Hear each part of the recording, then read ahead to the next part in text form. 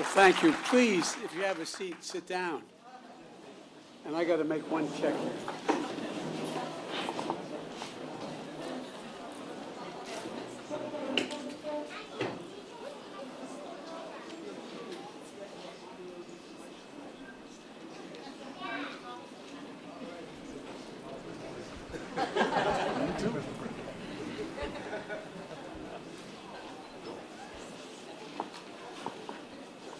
I just had to make sure the two girls got ice cream when this is over.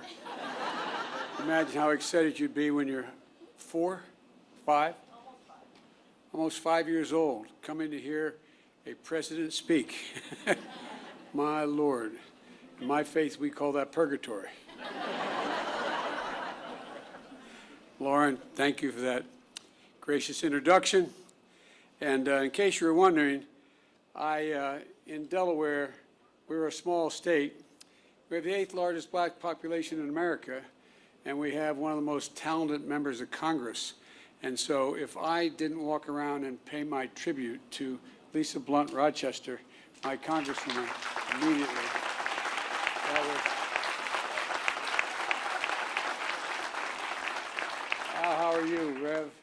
Good to see you. We've got a distinguished group of people here, and I want to thank Lauren for sharing the powerful story and for helping the country understand what's happening here. And to all the descendants here today, and to the community and civil rights leaders and members of the Congressional Black Caucus that are here, thank you for making sure we all remember and we never forget. You know, there's a verse in 1 Corinthians that says, "For now we see in a mirror dimly, but then face to face, now I know in part, then I shall know fully." It is, I just toured the Hall of Survivors here in Greenwood Cultural Center. And I want to thank the incredible staff for hosting us here. And I mean that sincerely, thank you. And if I didn't say what my father would insist on, please excuse my back. I apologize. But in the tour I met Mother Randall, who's only 56 years old. God love her. And Mother Fletcher, who's 67 years old. And her brother Van Ellis, who's 100 years old. And he looks like he's 60. Thank you for spending so much time with me. I really mean it. It was a great honor, a genuine honor. You are the 3 known remaining survivors of a story seen in the mirror dimly. But no longer. Now your story will be known in full view. The events we speak of today took place 100 years ago, and yet I'm the first president in 100 years ever to come to Tulsa. And I say that not as a compliment about me, but to think about it. 100 years and the first president to be here during that entire time. And in this place, in this ground, to acknowledge the truth of what took place here. For much too long, the history of what took place here was told in silence, cloaked in darkness. But just because history is silent, it doesn't mean that it did not take place. And while darkness can hide much, it erases nothing. It erases nothing. Some injustices are so heinous, so horrific, so grievous, they can't be buried, no matter how hard people try. And so it is here. Only with truth can come healing and justice and repair. Only with truth, facing it. But that isn't enough. First, we have to see, hear, and give respect to Mother Randall, Mother Fletcher, and Mr. Van Ellis.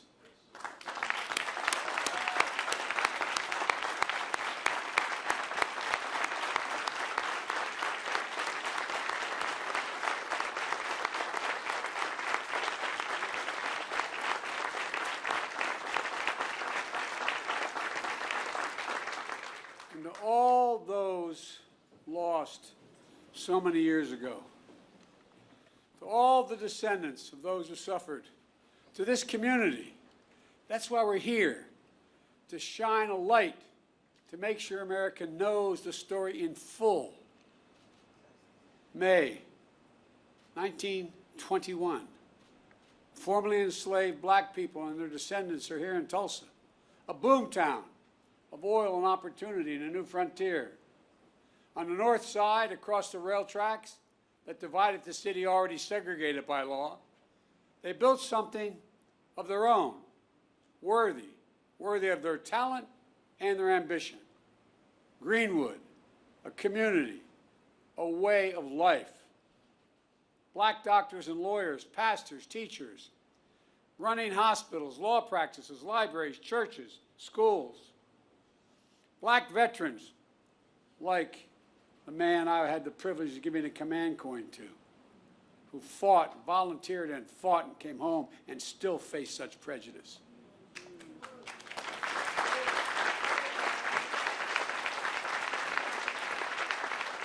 Veterans have been back a few years helping after winning the First World War, building a new life back home with pride and confidence. There were mom and there were at the time mom and pop black diners, grocery stores, barber shops, tailors, the things that make up a community. At the Dreamland Theater, a young black couple holding hands, falling in love. Friends gathered at music clubs and pool halls, at the Monroe family roller skating rink. Visitors staying in hotels like the Stratford. All around, black pride shared by the professional class and the working class, who lived together side by side for blocks on end. Mother Randall was just 6 years old. 6 years old, living with her grandma. She said she was lucky to have a home and toys and fortunate to live without fear. Mother Fletcher was 7 years old, the second of 7 children, the youngest being Mr. Van Ellis, who was just a few months old. The children, former sharecroppers, when they went to bed at night in Greenwood, Mother Fletcher says they fell asleep rich in terms of the wealth, not real wealth, but a different wealth, a wealth in culture and community and heritage. But one night changed everything. Everything changed. While Greenwood was a community to itself, it was not separated from the outside. It wasn't everyone, but there was enough hate, resentment, and vengeance in the community. Enough people who believed that America does not belong to everyone and not everyone is created equal. Native Americans, Asian Americans, Hispanic Americans, Black Americans, a belief enforced by law, by badge, by hood, and by noose that speaks to that lit the fuse.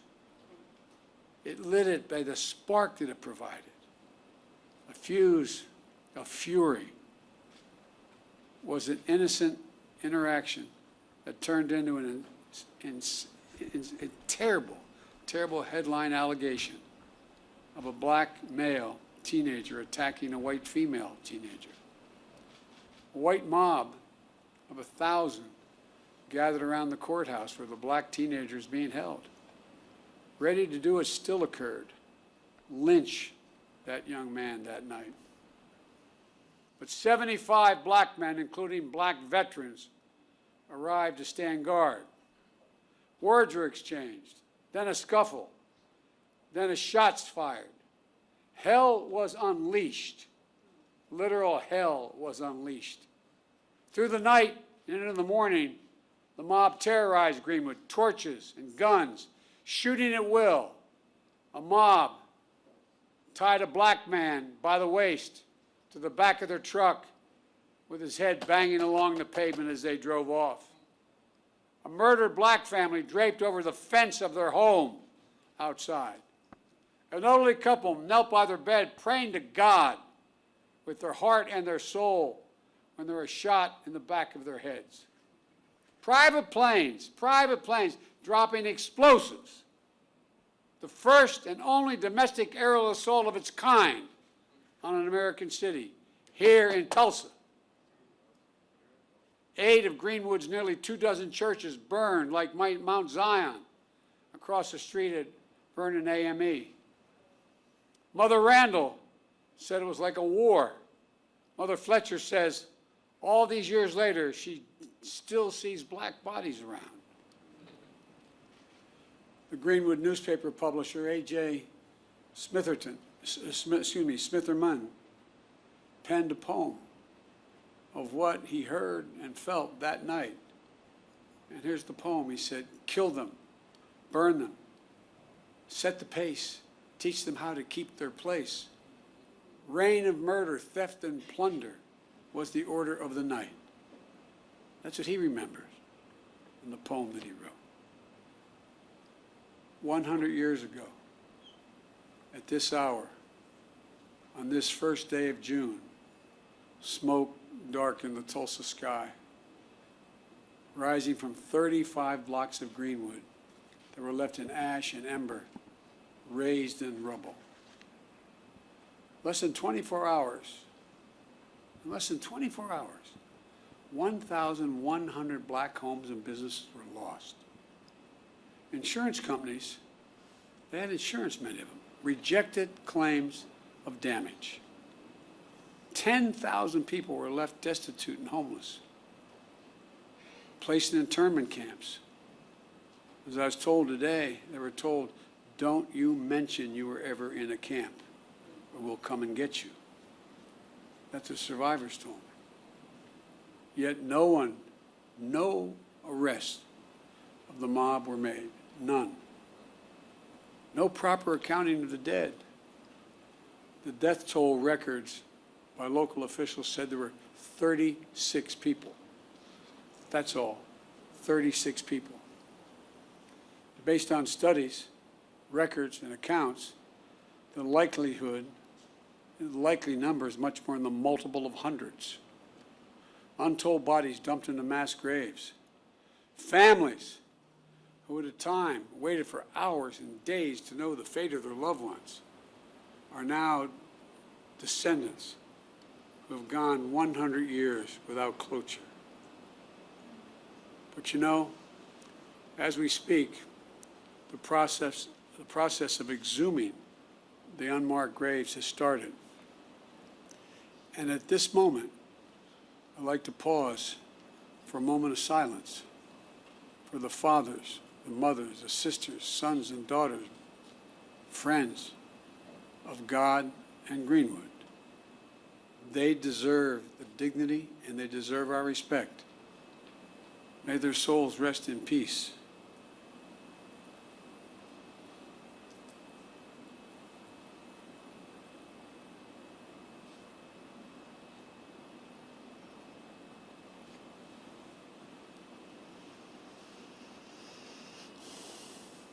My fellow Americans, this was not a riot.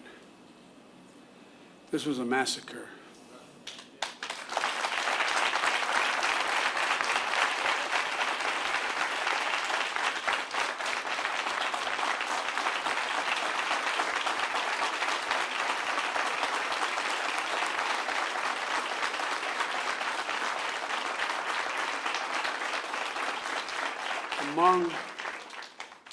Among the worst in our history, but not the only one. And for too long, forgotten by our history. As soon as it happened, there was a clear effort to erase it from our memory, our collective memories, from the news and everyday conversations. For a long time, schools in Tulsa didn't even teach it, let alone schools elsewhere. And most people didn't realize that a century ago, the second Ku Klux Klan had been founded. The second Ku Klux Klan had been founded. A friend of mine, John Meacham, I'd written when I said I was running to restore the soul of America. He wrote a book called The Soul of America, not because of what I said. And there's a picture about page 160 in the book showing over 30,000 Ku Klux Klan members in full regalia, Reverend, pointed hats, the robes, marching down Pennsylvania Avenue in Washington, D.C., Jesse, you know all about this. Washington, D.C. If my memory is correct, there were 37 members of the House of Representatives who were open members of the Klan. There were 5, if I'm not mistaken, could have been 7, I think it was 5, members of the United States Senate, open members of the Klan. Multiple governors were open members of the Klan. Most people didn't realize that a century ago the Klan was founded just 6 years before the horrific destruction here in Tulsa. And one of the reasons why it was founded was because of guys like me who are Catholic. It wasn't about African Americans then. It was about making sure that all those Polish and Irish and Italian and Eastern European Catholics who came to the United States after World War I would not pollute Christianity. The flames from those burning crosses torched every region of the country. Millions of white Americans belonged to the Klan, and they weren't even embarrassed by it. They were proud of it. And that hate became embedded systematically and systemically in our laws and our culture. We do ourselves no favors by pretending none of this ever happened, or it doesn't impact us today, because it does still impact us today. We can't just choose to learn what we want to know and not what we should know.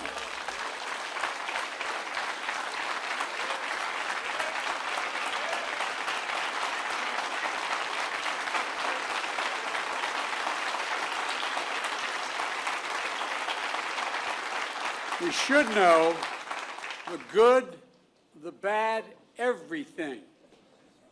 That's what great nations do. They come to terms with their dark sides. And we're a great nation.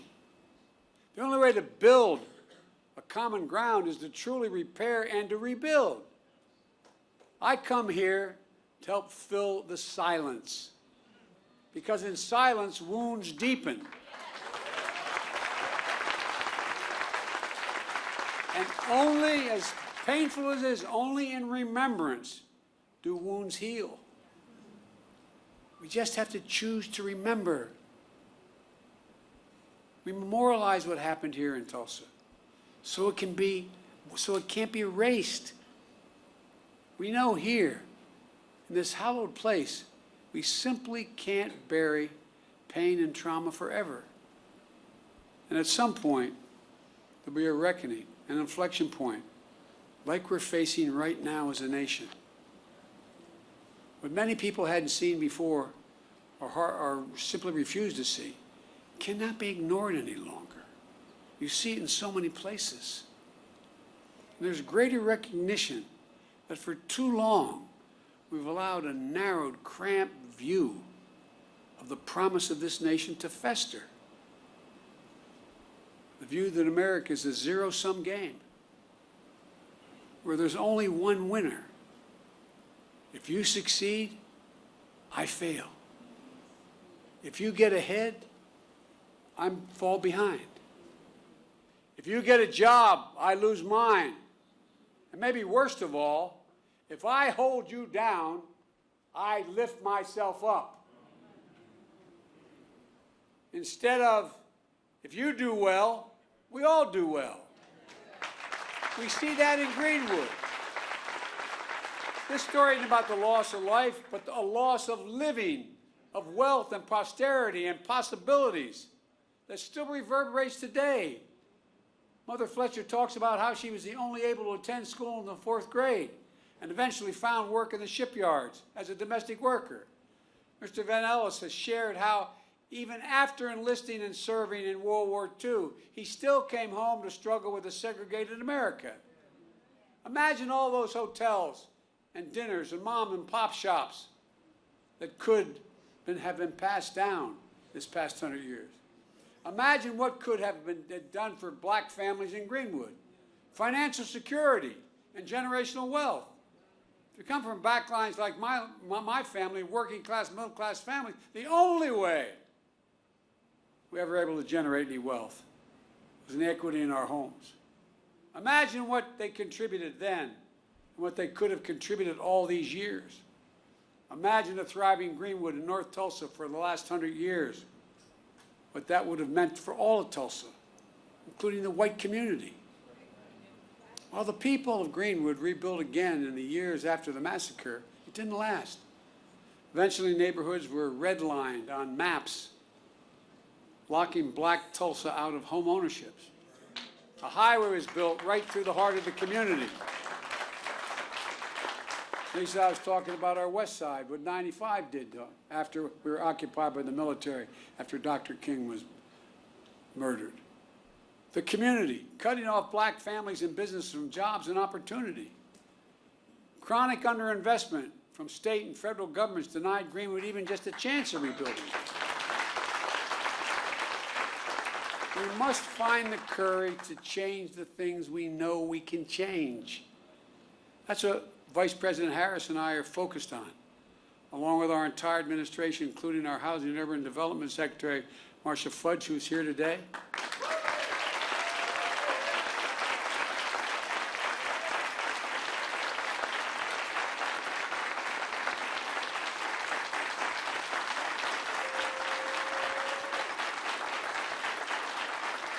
Because today we're announcing two expanded efforts targeted toward black wealth creation that will also help the entire community.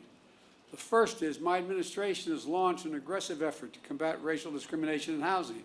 That includes everything from redlining to the cruel fact that a home owned by a black family is too often appraised at a lower value than a similar home owned by a white family.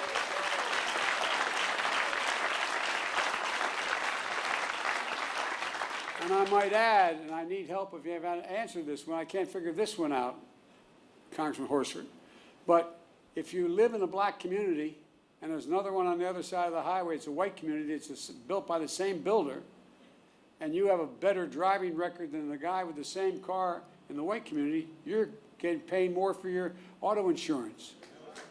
Shockingly, the percentage of black American home ownership is lower today in America than when the Fair Housing Act was passed more than 50 years ago. Lower today. That's wrong. And we're committed to changing that. Just imagine if instead of denying millions of Americans the ability to own their own home and build generational wealth, we made it possible for them to buy a home and build equity into that home and provide for their families. Second, small businesses are the engines of our economy and the glue of our communities. As president, my administration oversees hundreds of billions of dollars in federal contracts for everything from refurbishing decks of aircraft carriers to installing railings in federal buildings to professional services. We have a thing called, I won't go into it all, but there's not enough time now, but I'm determined to use every taxpayer's dollar that is assigned to me to spend going to American companies and American workers that build American products. And as part of that, I'm going to increase the share of the dollars the federal government spends to small disadvantaged businesses, including black and brown small businesses. Right now it calls for 10%. I'm going to move that to 15% of every dollar spent will be spent in there.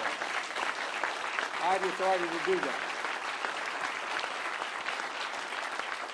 Just imagine if instead of denying millions of entrepreneurs the ability to access capital and contracting, we made it possible to take their dreams to the marketplace to create jobs and invest in our communities.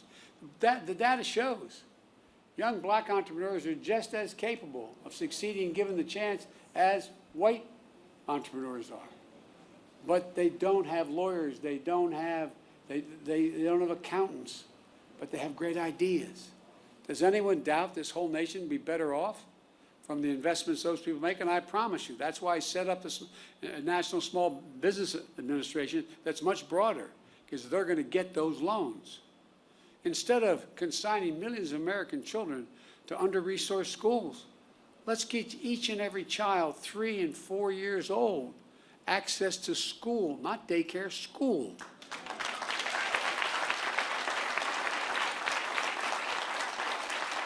In the last 10 years, studies have been done by all the great universities. It shows that it will increase by 56% the possibility of a child, no matter what background they come from, no matter what. If they start school at 3 years old, they have a 56% chance of going all through all 12 years without any trouble and being able to do well. And a chance to learn and grow and thrive in a school and throughout their lives. And let's unlock more than an incredible creativity and innovation that will come from the nation's historically backed colleges and universities. You know, I have a $5 billion a year program giving them the resources to invest in research centers and laboratories in high-demand fields to compete for good-paying jobs in industries of the future like cybersecurity. The reason why they don't, their students are equally able to learn as well and get the good-paying jobs that start at $90,000 and $100,000. But they don't have the money to provide and build those laboratories. So guess what? They're going to get the money to build those laboratories. So instead of just talking about infrastructure, let's get about the business of actually rebuilding roads and highways, filling the sidewalks and cracks, installing streetlights and high-speed internet, creating space to live and work and play safely.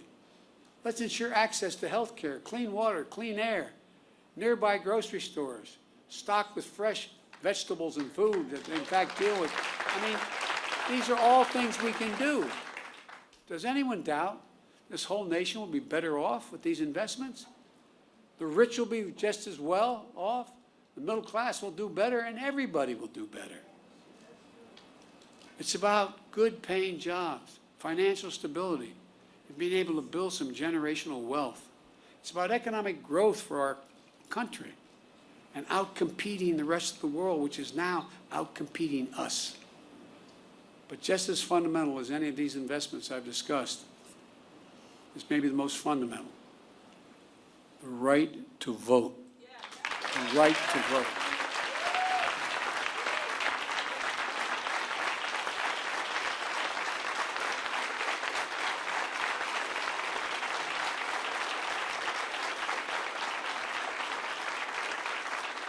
A lot of the members of the Black Caucus knew John Lewis better than I did, but I knew him. On his deathbed, like many, I called John to speak to him. Rev, all John wanted to do is talk about how I was doing. He died, I think, about 25 hours later. But you know what John said? He called the right to vote precious, almost sacred. He said the most powerful, nonviolent tool we have in a democratic society. This sacred right is under assault with incredible intensity like I've never seen, even though I got started as a public defender and a civil rights lawyer. With an intensity and aggressiveness that we've not seen in a long, long time. It's simply un-American. It's not, however, sadly, unprecedented. The creed, "We shall overcome," is a long-time mainstay of the civil rights movement, as Jesse Jackson can tell you better than anybody. The obstacle to progress that have to be overcome are a constant challenge. We saw it in the 60s, but with the current assault, it's not just an echo of a distant history. In 2020, we faced a tireless assault on the right to vote. Restrictive laws, lawsuits, threats of intimidation, voter purges, and more. We resolved to overcome it all, and we did. More Americans voted in the last election than in the midst of a pandemic, than any election in American history. You got voters registered. You got voters to the polls. The rule of law held. Democracy prevailed. We overcame. But today, let me be unequivocal. I've been engaged in this work my whole career, and we're going to be ramping up our efforts to overcome again. I will have more to say about this at a later date, a truly unprecedented assault on our democracy, an effort to replace nonpartisan election administrators and to intimidate those charged with tallying and reporting the election results. But today, as for the act of voting itself, I urge voting rights groups in this country to begin to redouble their efforts now to register and educate voters. And in June should be a month of action on Capitol Hill. I hear all the folks on TV saying, why doesn't Biden get this done? Well, because Biden only has a majority of effectively 4 votes in the House and a tie in the Senate, with 2 members of the Senate who vote more with my Republican friends. But we're not giving up. Earlier this year, the House of Representatives passed For the People Act to protect our democracy. The Senate will take it up later this month, and I'm going to fight like heck with every tool at my disposal for its passage. The House is also working on the John Lewis Voting Rights Act, which is critical to providing new legal tools to combat the new assault on the right to vote. To signify the importance of our efforts, today I'm asking Vice President Harris to help these efforts and lead them among her many other responsibilities. With her leadership and your support, we're going to overcome again, I promise you, but it's going to take a hell of a lot of work. And finally, we must address what remains the stain on the soul of America. What happened in Greenwood was an act of hate and domestic terrorism with the through line that exists today still. Just close your eyes and remember what you saw in Charlottesville 4 years ago on television. Neo-Nazis, white supremacists, the KKK coming out of those fields at night, Virginia, with lighted torches, the veins bulging on as they were screaming. Remember, just close your eyes and picture what it was. Well, Mother Fletcher said when she saw the insurrection at the Capitol on January the 9th, it broke her heart. A mob of violent white extremists, thugs, reminded her of what happened here in Greenwood 100 years ago. Look around at the various hate crimes against Asian Americans and Jewish Americans. Hate that never goes away. Hate only hides. Jesse, I think I mentioned this to you. I thought after you guys pushed through with Dr. King, the Voting Rights Act and the Civil Rights Act, I thought we were moved. What I didn't realize, I thought we had made enormous progress, and I was so proud to be a little part of it. But you know what, Rev? I didn't realize hate's never defeated. It only hides. It hides. And given a little bit of oxygen, just a little bit of oxygen by its leaders, it comes out of there from under the rock like it was happening again, as if it never went away. And so, folks, we must not give hate a safe harbor. As I said in my address to the joint session of Congress, according to the intelligence community, terrorism from white supremacy is the most lethal threat to the homeland today. Not ISIS, not Al-Qaeda, white supremacists. That's not me. That's the intelligence community under both Trump and under my administration. 2 weeks ago, I signed into law the COVID-19 Hate Crimes Act, which the House had passed, and the Senate. My administration will soon lay out our broader strategy to counter domestic terrorism and the violence driven by the most heinous hate crimes and other forms of bigotry. But I'm going to close where I started. To Mother Randall, Mother Fletcher, Mr. Van Ellis, to the descendants, and to all survivors, thank you. Thank you for giving me the honor of being able to spend some time with you earlier today. Thank you for your courage. Thank you for your commitment. And thank your children and your grandchildren and your uncle and your nieces and your nephews. To see and learn from you is a gift, a genuine gift. Dr. John Hope Franklin, one of America's greatest historians, Tulsa's proud son, whose father was a Greenwood survivor, said, and I quote, "Whatever you do, It must be done in the spirit of goodwill and mutual respect and even love. How else can we overcome the past and be worthy of our forebears and face the future with confidence and with hope? On this sacred and solemn day, may we find that distinctly Greenwood spirit that defines the American spirit, a spirit that gives me so much confidence and hope for the future, that helps us see face to face a spirit that helps us know fully who we are and who we can be as a people and as a nation. I've never been more optimistic about the future than I am today. I mean that. The reason is because of this new generation of young people. They're the best educated, they're the least prejudiced, they're the most open generation in American history.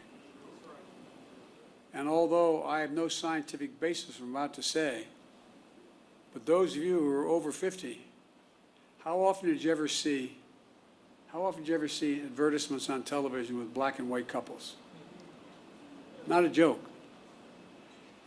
I challenge you, find today, when you turn on the stations, sit on one station for 2 hours, and I don't know how many commercials you'll see, lay 8 to 5. 2 to 3 out of 5 have mixed race couples in them. That's not by accident. They're selling soap, man. Not a joke. Remember old Pat Caddell used to say, you want to know what's happening in American culture? Watch advertising. Because they want to sell what they have. We have hope. And folks like you, honey, I really mean it. We have hope. But we've got to give them support.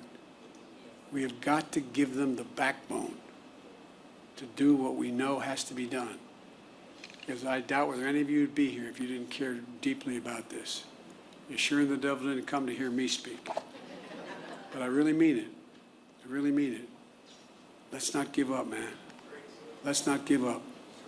As the old saying goes, hope springs eternal.